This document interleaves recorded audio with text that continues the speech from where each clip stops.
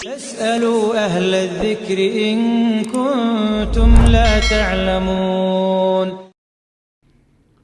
Bagaimana cara wahyu turun setelah surah Al-Alaq ayat 1 sampai ayat 5? Apakah sama dengan surah Al-Alaq, Jibril membaca dan Nabi SAW mengulangi? Proses penerimaan wahyu ada beberapa cara ya.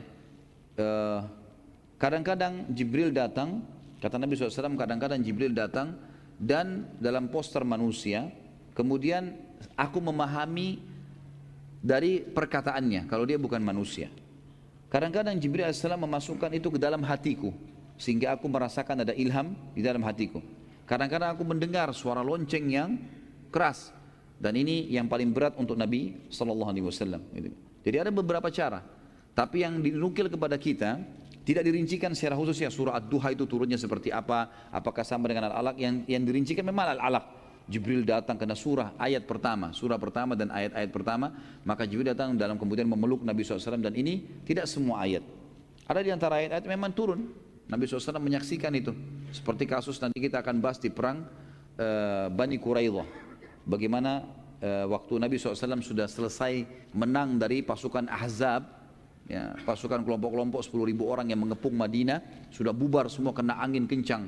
Pada saat itu Allah SWT bubarkan mereka. Maka Nabi SAW pulang ke rumah lalu ganti baju, mau mandi. Datanglah Dihyal Kalbi, sahabat Nabi yang mulia dalam poster Dihyal Kalbi ini, lalu mengetuk rumah Nabi SAW dan bertanya kepada Aisyah, mana Muhammad, mana Rasulullah? Kata Aisyah, lagi membersihkan dirinya. Lalu kata Dihyal Kalbi, sampaikan kalau Dihya mau bertemu. Lalu Nabi SAW keluar dan bertemu dengan Dihya. Itu kan Aisyah pun menceritakan, maka Nabi SAW pun Aisyah mendengarkan Dihya Al-Kalbi berkata, hai Muhammad, perkataannya setelah ketemu, hai Muhammad, apakah kalian sudah membuka baju-baju perang kalian, sementara kami malaikat tidak membuka baju-baju kami, gitu kan? Sampai kami memerangi ke arah sana, ditunjuklah bentengnya Bani Quraidah.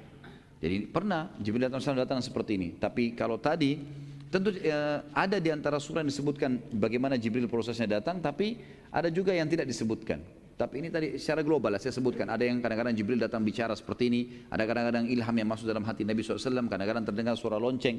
Seperti kasus Aisyah waktu difitnah. Nanti akan kita bahas kisah Ifq pada saat pulang dari perang Bani Mustaliq. Nanti akan kita pelajari insyaAllah itu. Bagaimana Nabi SAW waktu turun ayat tentang pembebasan Aisyah dari tuduhan zina, beliau duduk di sudut rumah Abu Bakar, lalu beliau keringatan dan mendengarkan suara lonceng yang keras. Nah ini juga salah satu metode.